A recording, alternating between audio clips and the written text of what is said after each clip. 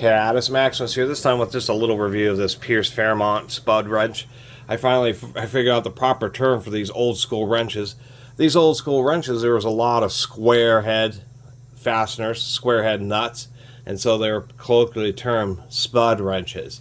They can certainly work on hex fasteners, but they were really for a time when they were square fasteners, so you didn't have to have quite as tight of tolerances or quite as hard as steels as more modern fasteners.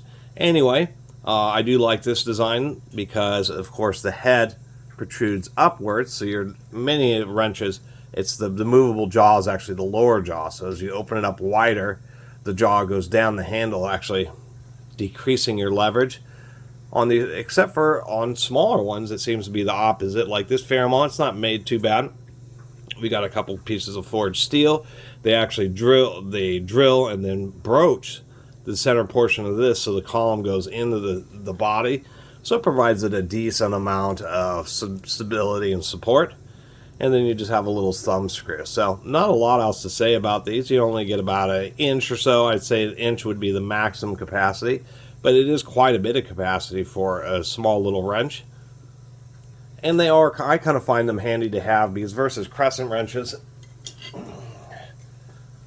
which are of course the universal standard, and they're absolutely great, there are just certain situations where a 90-degree wrench will get into a place and allow you to either grab onto something, tweak it, or get a bolt started. Just because of the way the flats are, you're just not quite able to get a crescent wrench into that position, or a box wrench for that matter, or an open-end wrench.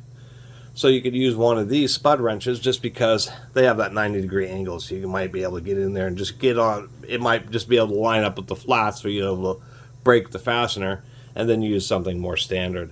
Other than that, not a lot else to say, just a simple Fairmount.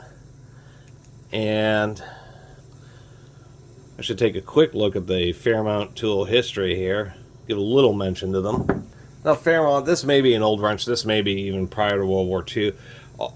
Pierce Arrow, and that's what this is actually a separate company that Fairmount made the tools for, and they were just like a contract manufacturer. Started in around 1917, but there isn't like a whole lot of history about them besides they were a Cleveland, Ohio company, and seemed to make halfway decent tools and like automotive tools kits and that type of stuff, and a whole lot of things like wrenches and stuff. And as far as the research, apparently they only ever had a couple of patents associated with them, and so they kind of came and went.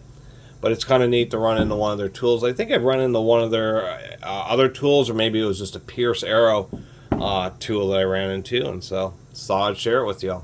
Anyway, really appreciate everybody who's been watching and subscribing. If you haven't subscribed, please do. Until next time, Catus Maximus out.